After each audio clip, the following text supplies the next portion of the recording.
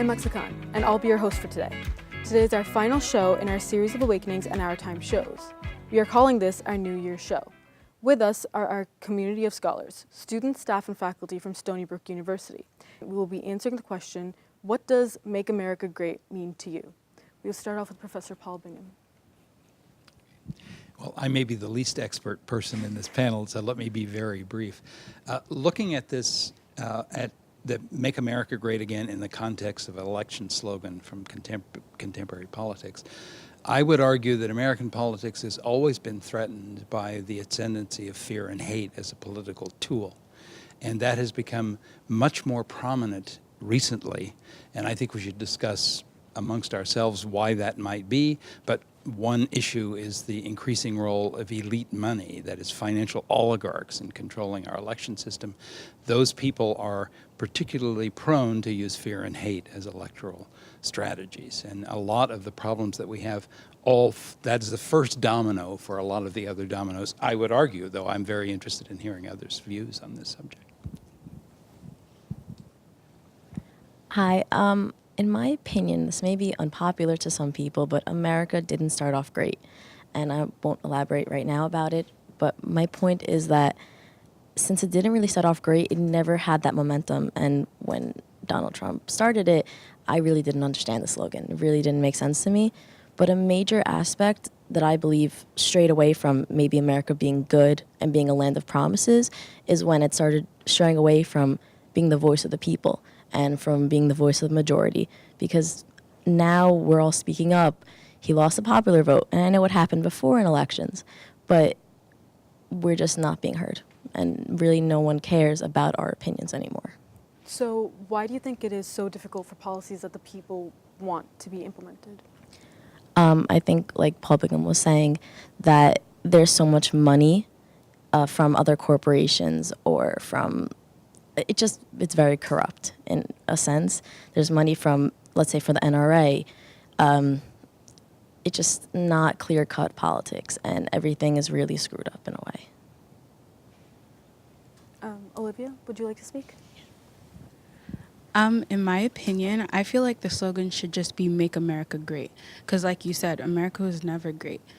Like, its first, act was in 1831 with the Trail of Tears, forced relocation of the Native Americans, this is their land. Europeans came here and were like, this is ours now.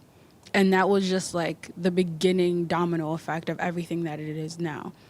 And even today, we implement that idea even more when we're teaching our kids that the Native Americans freely gave away their land to European settlers. Like, that doesn't make sense. We're shying away from our past because to some extent we're ashamed of it, but then you have people in the South who are very proud of it and say well, what would America be without the past it has? Well, I'm pretty sure we would have a very different aspect of life today if we kind of did things differently, I feel like, in my opinion. Would one of the professors like to speak?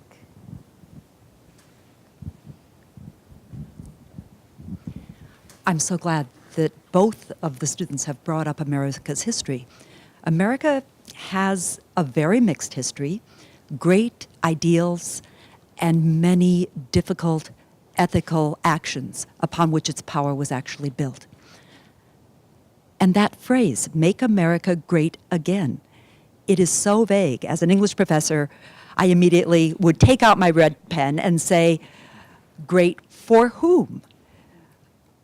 Great when are we looking back to as the ideal that has been lost? And in those details lies everything. But the power of the slogan is exactly its vagueness, because it allows anyone who feels that times were better for them to think of those times and to fill it with their vision of when they were in a stronger, more powerful position. And it hides all kinds of the actual power dynamics that are at work behind that vague phrase. What it says to me is, let's go back to the times when the white man ruled the planet.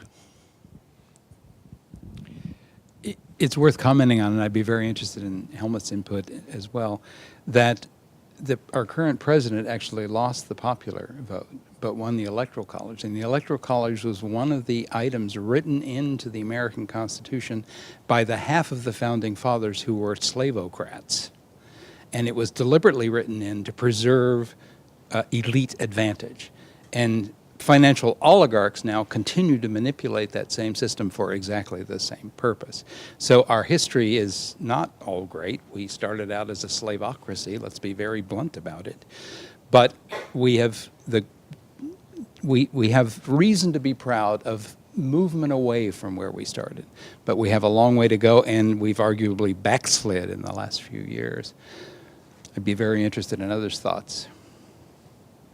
Well, I thought it was a silly slogan. I mean, you sort of get it when there's dissatisfaction with an administration that you're trying to replace. So you say what they did that undermined America. So I mean, it was a dig at Obama and sort of his presidency. Ronald Reagan actually used the same term in 1980. I mean, it's a recurrent theme of somebody trying to oust somebody who is in. I mean, it's like same as time for a change. And you're right. I mean, it means whatever people want it to mean to them. I mean, white people. I mean, people have lost their jobs. People from industry, etc. That you try to appeal to.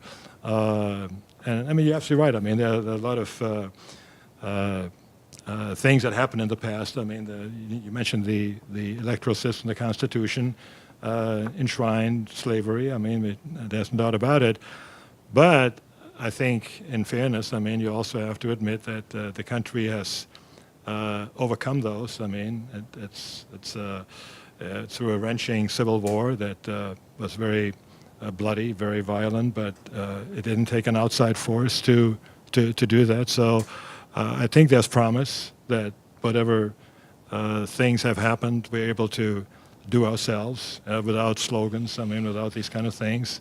So I'm a little bit more optimistic about seeing that we've been able to overcome some of these legacies. Hi, I'm Isabel Burhenny. I'm the media advisor here at Stony Brook University, and I think what everyone has said are wonderful points to bring up. I think that what would make America great is if the basic community needs start being met and that the people's voices are actually heard and then implemented. And so the 4 H's are taken care of: health needs, home, and homelessness. Also taking care of heat issues, right, which could range from fuel to the fires happening in California. And just, you know, in general, hunger needs of people, and taking care of what subsidies are doing or not doing for the farmers, and making sure that people's basic needs are met. That would help make America great again. Absolutely. And making America great again also involves taking our role as a leader and as an example for other countries. I'm spending more than half my time outside the United States in a country in Africa.